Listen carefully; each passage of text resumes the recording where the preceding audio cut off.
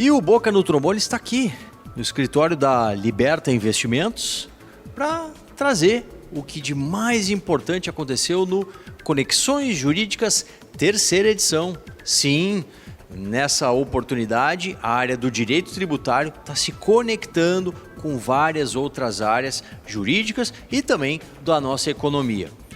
Agronegócio, sucessão patrimonial, valores investidos no exterior foram temas que foram debatidos aqui por especialistas. E a partir de agora, aqui o Boca no Trombone traz para você o que de melhor aconteceu no evento.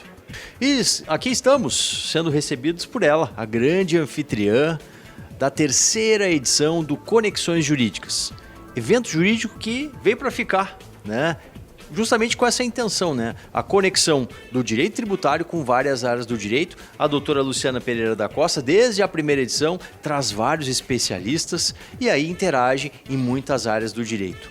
Parabéns por essa terceira edição, aqui no Escritório Boutique do Iguatemi. E qual o norte para essa edição, né? Tudo se direcionando aí para outras áreas, negócios acontecendo também através do seu Conexões Jurídicas, doutora. Parabéns.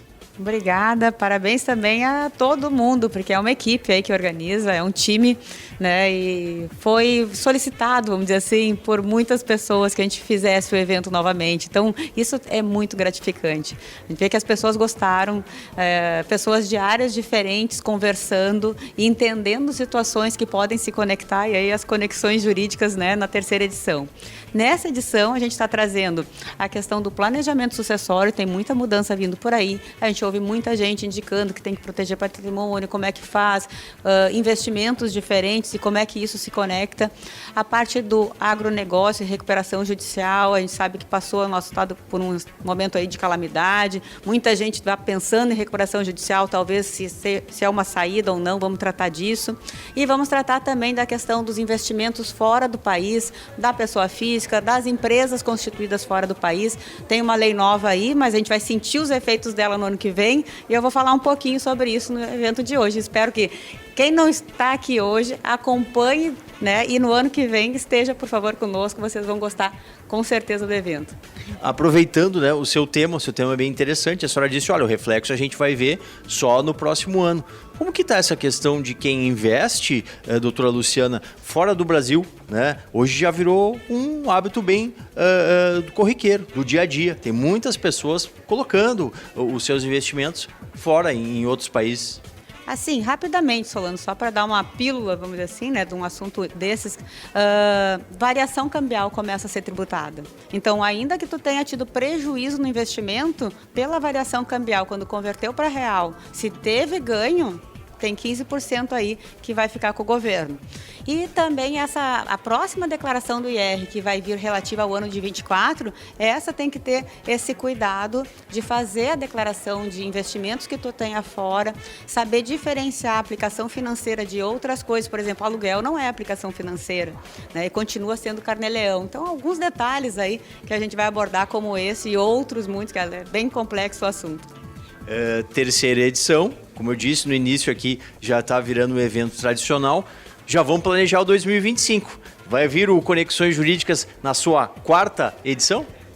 Vai, já virou tradição e eu não sei, eu brinco sempre, né, quando abro o evento e concluo o evento, as pessoas ficam até o final, porque sempre vem acompanhado da Vinícola Cárdenas, né, que tem sido nossa parceira há bastante tempo, então a gente faz uma degustação de vinhos, a gente também está sempre com o apoio das mulheres no tributário, que sou embaixadora aqui do Rio Grande do Sul, nosso grupo está sempre participando do programa também, a Liberta aqui da XP, desde o primeiro Conexões, foi uma parceria, vamos dizer assim, muito boa, muito forte, agora está segundo ano sediando aqui, recebendo no espaço deles o nosso evento.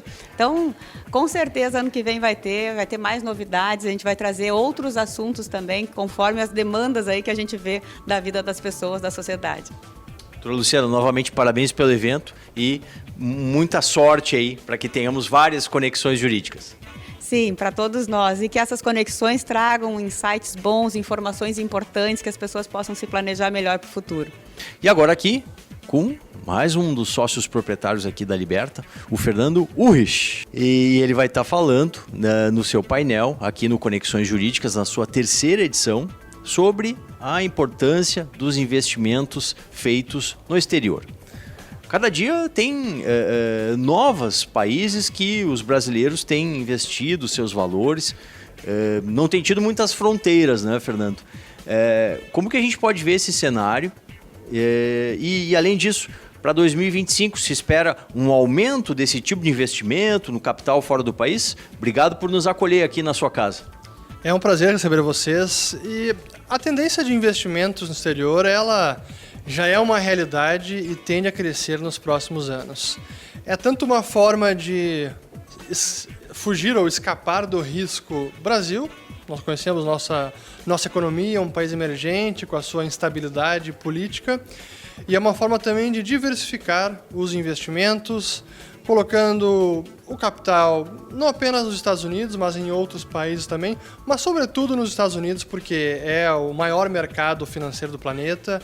Então você diversifica em ativos, tem outras classes na sua carteira e também diversifica o risco de jurisdição, porque você tira o dinheiro do país e deixa ele mais protegido e fora do Brasil. Então esse é o viés de investir no exterior.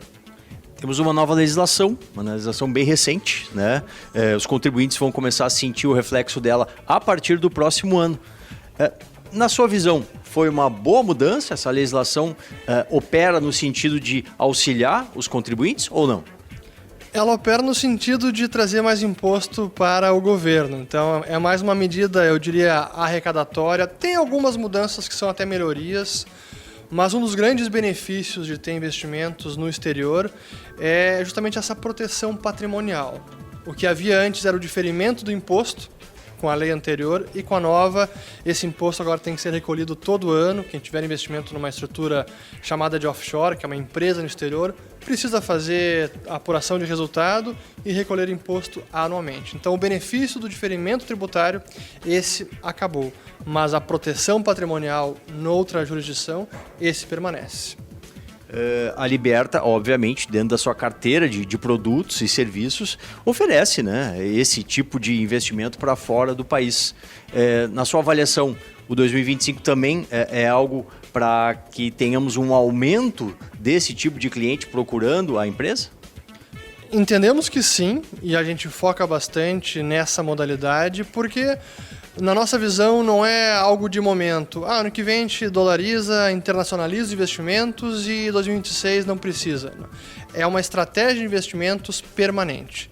Ter parte do patrimônio fora do país, mais protegido, com diversificação de ativos. Então, a tendência é crescente, mas não deve ser revertida. É uma estratégia permanente. Obrigado por nos acolher aqui e parabéns pelo evento, hein? Muito obrigado. E agora com o Matheus Gonzalez, também sócio proprietário aqui da Liberta, que vai falar aqui, Matheus, dentro do nosso evento Conexões Jurídicas, que está na sua terceira edição, hoje na sua sede, aqui na sede da Liberta, sobre a questão dos investimentos no exterior. E o seu enfoque, como a gente falava aqui antes, é no tocante às famílias, né? Cada vez mais famílias estão preocupadas com esse tipo de produto, né? Com essa possibilidade de fazer investimento fora e mais, isso auxilia de que forma a cada uma das famílias brasileiras? Obrigado por nos atender aqui. Boa, obrigado. Primeiro, obrigado por terem vindo aqui conosco acompanhar o nosso evento, que está sendo realmente um sucesso, né? Está na sua terceira edição. Acho que do ponto de vista de investimentos internacionais, o brasileiro paulatinamente vem se preocupando em ter mais diversificação no seu portfólio, de algo que a gente vem tentando trazer isso como educação há bastante tempo. Mas acho que nos últimos 3, 4 anos isso tornou uma demanda maior por parte das famílias. Acho que do ponto de vista de economia, né? O Brasil necessariamente é uma economia menos sólida do que a economia americana, então por consequência a inflação aqui é muito maior, né? A nossa moeda se desvaloriza de uma maneira muito mais vertiginosa do que o dólar. Então, quando as famílias falam em proteção patrimonial, eu não tenho dúvida que estar exposto em moeda forte, como o dólar, é uma alternativa bastante interessante. Então, a gente já vem trazendo isso como hábito nossos investidores há bastante tempo. A gente tem uma sede em Miami, que chama Liberta Global, há mais de 10 anos, onde a gente faz gestão dos investimentos dos nossos clientes, né, que buscam essa alternativa, tanto de diversificação como de proteção patrimonial. E a gente também, né, indica que muitos dos nossos clientes tenham um trabalho de wealth planning, que a gente chama, que não é simplesmente fazer a remessa do capital para fazer alocação no exterior, mas também trabalhar estruturas jurídicas a fim de ter uma otimização tributária e sucessória. Então tudo isso é a nossa preocupação, o nosso olhar atento e personalizado para as famílias que têm dinheiro conosco. Mais uma vez, parabéns pelo evento. Muito obrigado, boa noite, espero que gostem aí. E um dos temas aqui do Conexões Jurídicas, na sua terceira edição, é o agronegócio. E aqui estamos com um dos sócios proprietários aqui da Liberta Investimentos, o João Flores, a quem a gente agradece a acolhida aqui, João. Você citou o evento climático que aconteceu aqui no estado. Estratégias, quais são os planejamentos, como que a gente pode vislumbrar um 2025 na área do agronegócio, frente a tudo isso que aconteceu, principalmente aqui no Rio Grande do Sul, João? Exatamente, então é difícil se planejar, né? Porque um dos desafios é o desafio climático. A gente vê uma safra agora 23, 24, que a commodity ainda está muito longe do preço que o produtor gostaria de estar. Então, a recuperação judicial ela entra também como um instrumento de dívida, né? E dívida no sentido de organizar a dívida da empresa, do agro, às vezes também na pessoa física, para fazer um melhor aproveitamento ali do terreno, né? Então, é bem importante essa questão, por isso que a gente vai abordar aqui. E a Liberta está sempre muito atenta a esse tipo de investidor também, né? Quem está no agronegócio, quem pretende fazer da sua safra, do seu dia a dia ali, tornar esse investimento mais rentável, também tem produtos, também tem formas de ter o assessoramento da Liberta. Com certeza, a gente gosta desse público, a gente atua nesse perfil. E é extremamente importante também cuidar dos investimentos. É claro que, eventualmente, o investimento maior vai ser na produção, mas a gente está aqui para auxiliar em demais áreas, não só na parte de investimento. Parabéns pelo evento. Muito obrigado. E agora aqui com a doutora Cristiane Demarque, do Demarque Advocacia, uma das patrocinadoras aqui do nosso evento. Terceira edição do Conexões Jurídicas. E a senhora vai falar da importância do agronegócio, né? A questão da recuperação judicial, enfim, temas importantes aí que temos para tratar no estado produtor, né? O Rio Grande do Sul, apesar de tudo que aconteceu durante esse ano, ainda mostra muita pujança na área do agro. E daí a importância de trazermos esse tema para o debate, doutora Cristiane. Obrigado por nos acolher aqui na Liberta e estarmos falando nesse terceiro Conexões Jurídicas. Obrigada, Paulo. Boa noite a todos. Então, o meu painel vai ser um pouquinho sobre a questão da recuperação judicial e os impactos tributários no agronegócio. Eu tenho meu colega que vai falar primeiro como está acontecendo as recuperações judiciais, né? Teve um aumento muito grande esse ano de recuperações judiciais no primeiro trimestre. Agora também teve um aumento, nesse último trimestre teve um aumento também muito grande. O Rio Grande do Sul, falando no nosso estado, ele está em 6º lugar no maior número de pedidos de recuperação judicial. O primeiro lugar é Minas Gerais, se não me engano, fica Minas Gerais, Mato Grosso, né? E o agronegócio, ele faz parte, 25% do PIB é do agro, do nosso PIB é do agro, né? Ele é responsável por 37% dos empregos.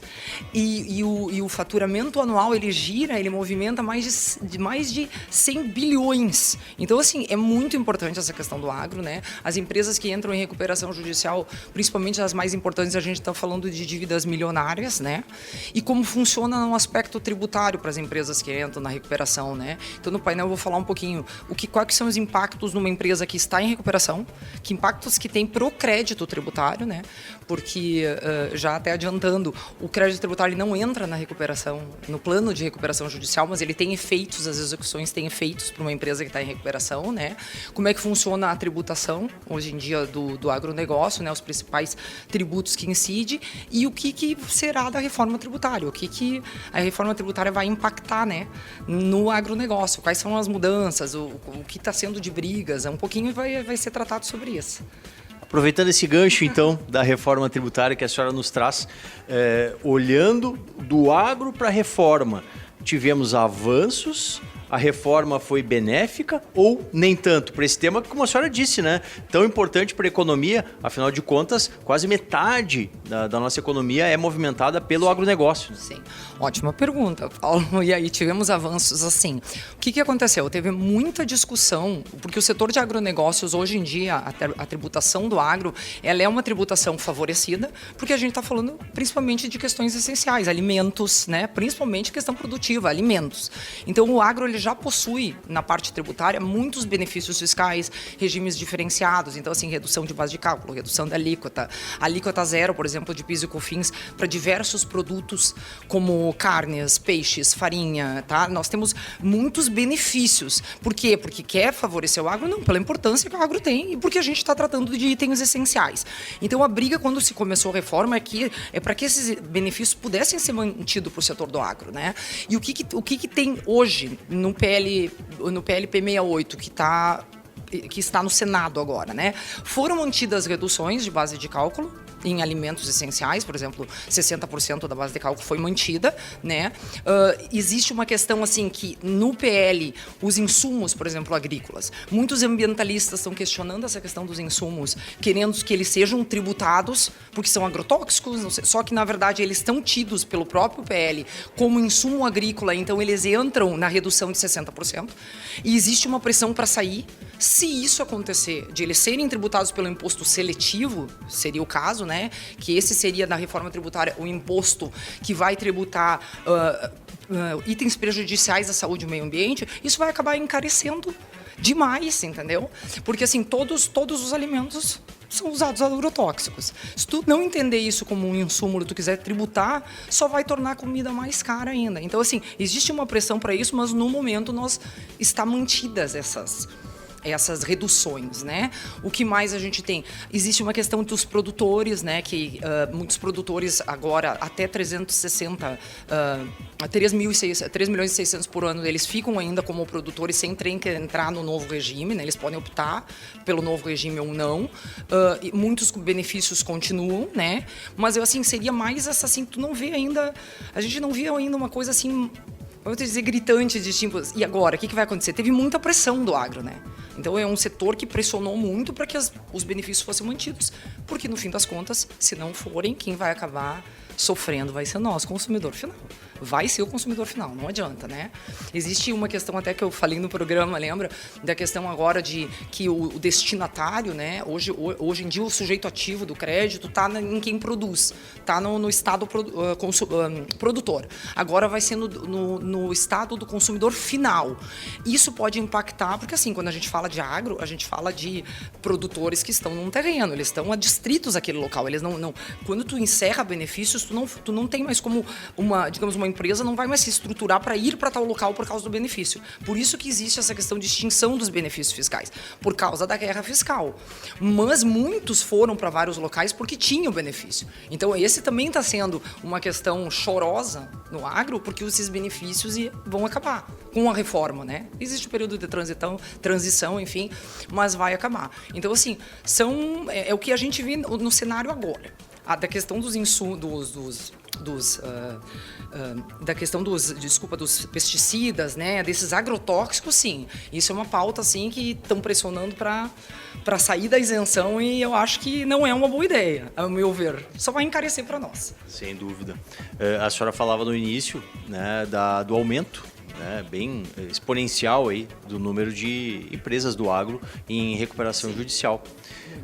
Alguma estratégia, alguma forma de blindar as empresas daqui para frente para que seja minimizada essas possibilidades? Ou isso é muito difícil? Olha, Paula, a questão da recuperação é o seguinte, o problema é que a recuperação é claro, a recuperação judicial, ela sempre envolve empresas que têm dívidas tributárias. Então, assim, a recuperação não foi feita para a dívida tributária, mas é muito difícil você achar que uma empresa que tem dívida com um banco, com diversas instituições, com vários credores privados, não vai ter dívida fiscal. Às vezes, a maior dívida é a dívida fiscal, né? Então, assim, com a reforma, e a gente não sabe exatamente quais os impactos, como eu te disse, algumas coisas tem brigas para serem mantidas, alguns prejuízos para produtores rurais a gente já está visualizando.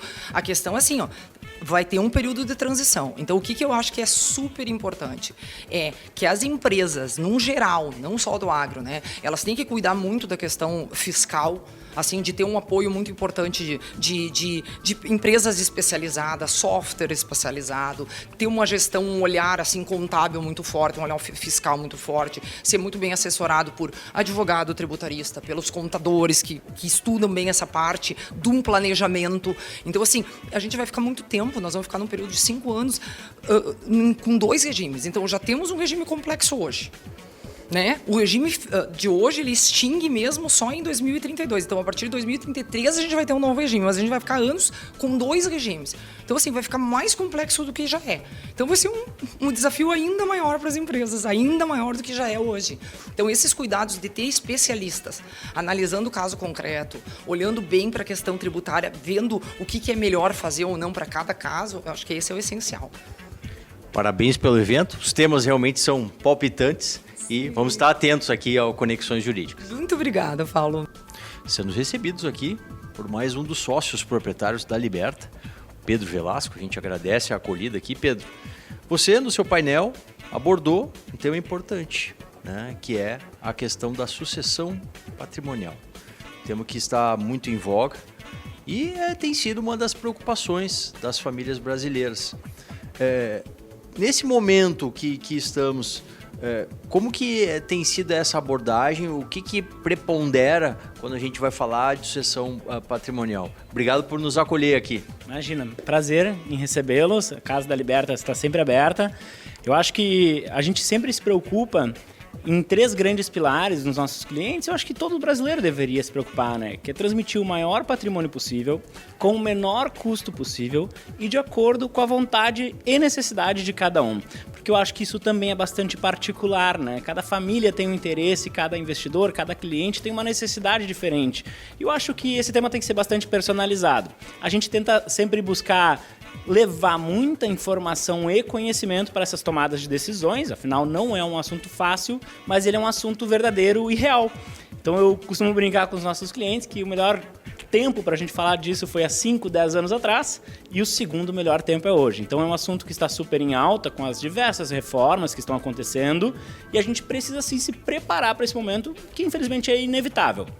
Mas tem como a gente ajudar também a perpetuar todo esse legado e, de fato, transmitir isso para uma segunda, terceira geração de uma maneira mais agradável, mais fácil e com menor custo, que eu acho que, em certa maneira, é o que todo mundo busca. Sem dúvida. Você falou em reforma. Eu aproveito para lhe perguntar, a reforma tributária trouxe reflexos quando a gente pensa no tema da sucessão patrimonial? E mais, se esse reflexo aconteceu, ele foi positivo ou não?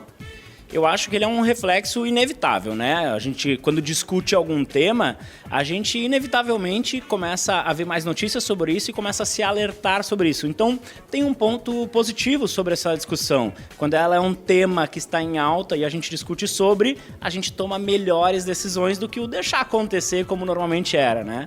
Então, acho que a discussão da reforma, eu acho que isso tudo muito é positivo. É uma situação real, não há mais do que se fazer, já está sendo julgado, já está sendo debatido isso.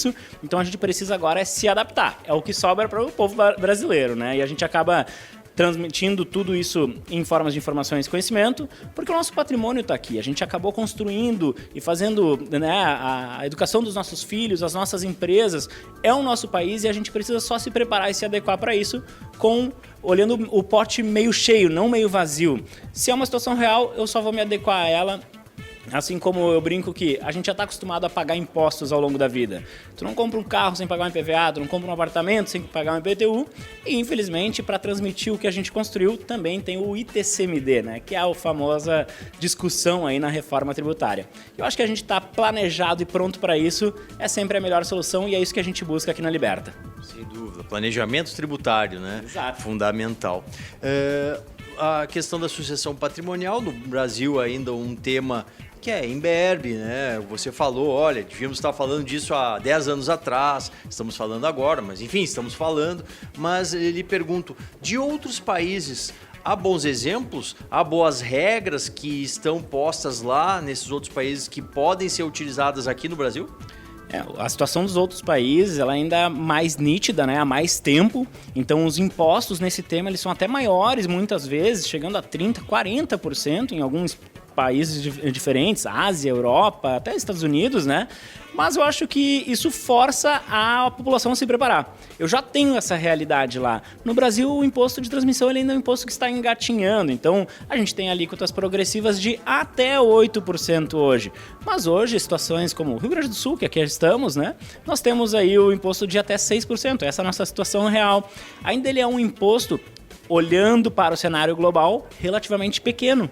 Então, quando a gente olha para um cenário de economia mais desenvolvida como Estados Unidos, Europa, China, esses impostos são ainda maiores dependendo do patrimônio. Então, essa população já está acostumada a viver com a realidade do imposto alto, ou seja, já está acostumada a viver com um planejamento sucessório, pensando em como eu vou transmitir isso, como eu vou transmitir o meu legado e como eu vou conseguir perpetuar aquilo que eu construí.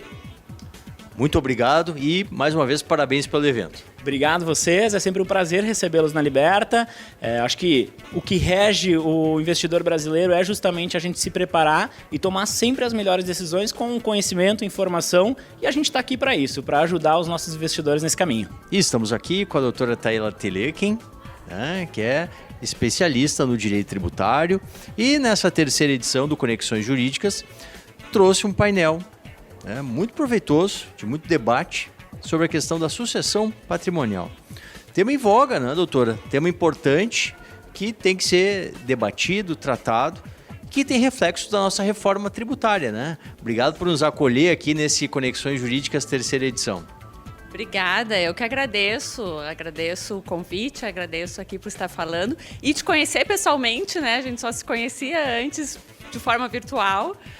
Bom, e quando a gente fala sobre o ITCD, como eu estava comentando ali no painel, o ITCMD ele é o Imposto Transmissão Causa Mortes Doação. Então, ele incide sempre que há uma sucessão, uma transmissão de bens em sucessão, e incide também nas doações. Quando a gente faz a doação para alguém, ele também incide. E esse é um imposto estadual. E quando a gente fala na reforma tributária, que veio agora com a emenda constitucional número 132, ela é uma reforma tributária sobre o consumo. Ou seja, a gente fala a reforma sobre o ICMS, o ISS, PIS, COFINS e o IPI. E por que, então, o ITCD está nessa reforma? Bom, a principal resposta é qual? Com a extinção do ICMS, que é o principal imposto estadual, os estados pediram, bom, se eu vou ficar sem meu principal imposto, de que forma eu vou conseguir continuar com essa arrecadação? E uma das respostas foi, bom, agora o ITCD, então, ele vai ser o imposto progressivo. Aqui no estado a gente até já tem a progressividade do ITCD, mas não são todos os estados. Isso, como é estadual, cada estado pode legislar, né, sobre o seu imposto. Então, agora vai ser progressivo para todos. E o ITCD é de 0% a 8% as alíquotas. Aqui no estado a gente pratica até 6% na transmissão causa-mortes e 4% na doação. Possivelmente vai aumentar, então, para 8%, para ser igual em todos os estados. Então, tem aí uma mudança e uma necessidade cada vez maior de planejamento em relação a isso. Essa taxação maior que a senhora diz que possivelmente acontecerá, ela deve ficar nesse patamar, desse limite, ou ainda há alguma tendência de lá no Congresso Nacional termos um aumento superior do índice que hoje é esse patamar máximo aí de 8%, doutora? Isso, essa alíquota de 8% hoje está assim, mas já tem sim projeto de lei para aumentar de 8% a 16%. Não sei se num primeiro momento, até porque vai vir a reforma, vai vir toda uma mudança tributária muito grande, né? Então não sei se isso já viria junto, mas com certeza a expectativa, quando a gente fala em sucessão, a gente fala em planejamento de longo prazo, né? A gente fala aí de 10, 15, 20 anos. Então a tendência é que sim, aumente, pelo menos para esses 16%, e ele é um imposto que ainda no Brasil, ele é considerado, digamos assim, barato. Se a gente for olhar nos Estados Unidos, por exemplo, o imposto sobre herança é 45%. Em outros lugares da Europa é 50%, 55%. Na Inglaterra, que é o maior, é superior a 60%.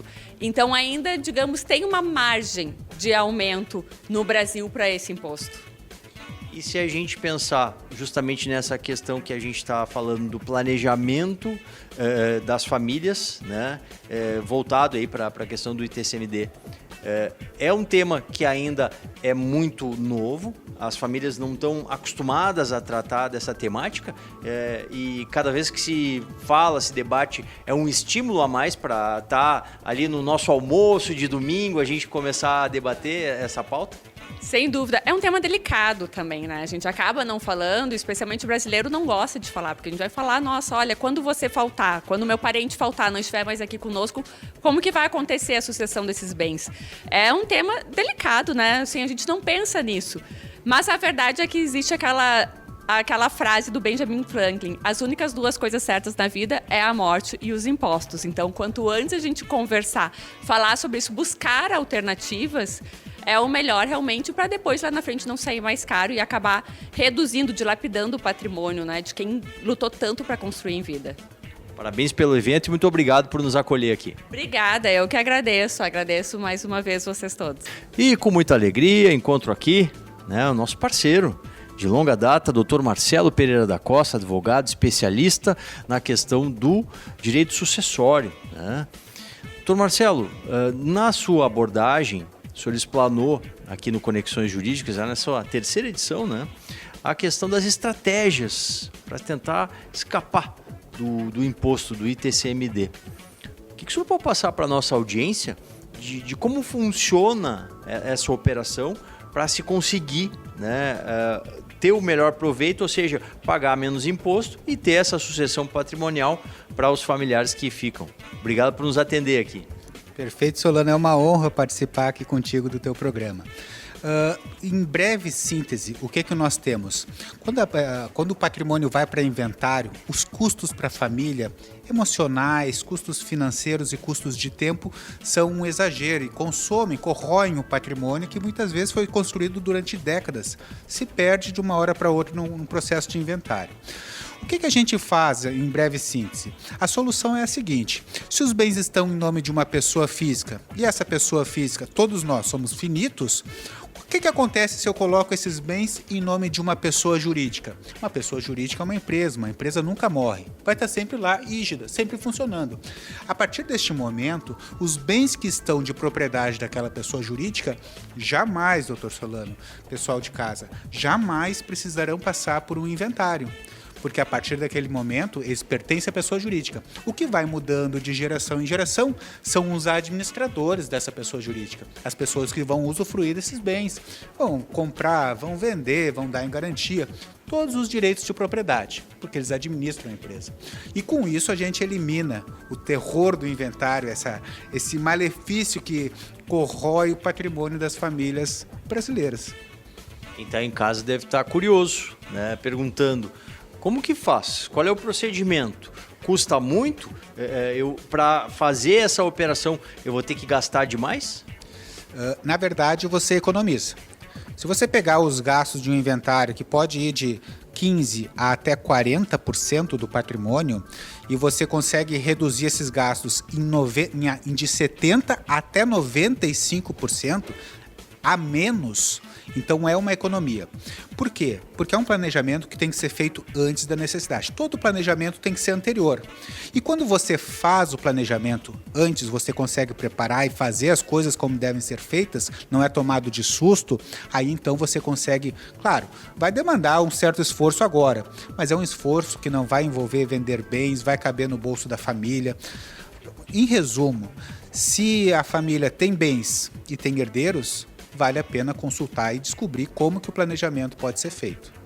E para esse planejamento, né, são muitos documentos que a parte tem que selecionar, ela tem que organizar juntamente com os demais integrantes da família de forma consensual. Isso tem que ser realmente, como o senhor disse, planejado para lá na frente termos essa economia, como o senhor grifou?